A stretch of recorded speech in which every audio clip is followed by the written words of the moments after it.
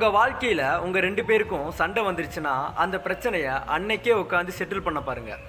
ஆமாம், உன் ஈகோ பெருசா என் ஈகோ பெருசா, நீயா நானா பார்த்துக்கலாம், நீ வந்து பேசுகிற வரைக்கும் நான் பேசவே மாட்டேன் அப்படின்னு 2 பேரும் சண்டை போட்டுட்டு இருக்காதீங்க. ஏன்னா இவ்வளோ நாள் நீங்கள் கடந்து வந்தது எவ்வளவோ பிரச்சனைகளையும் எவ்வளோ வழிகளையும் எவ்வளவோ பெருசாலாம் கடந்து வந்துட்டீங்க.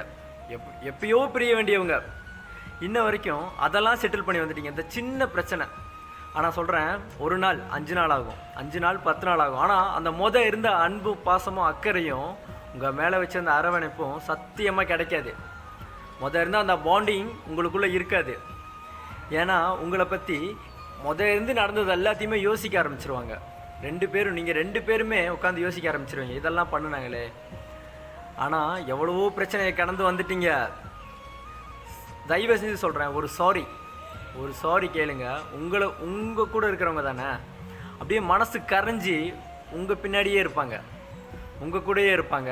ஒரு சாரி சொல்கிறனால ஒன்றும் மாறிட போகிறதில்ல. உங்களுக்கு இதுக்கு மேலே அன்பு அதிகமாக தான் கிடைக்க போகுது.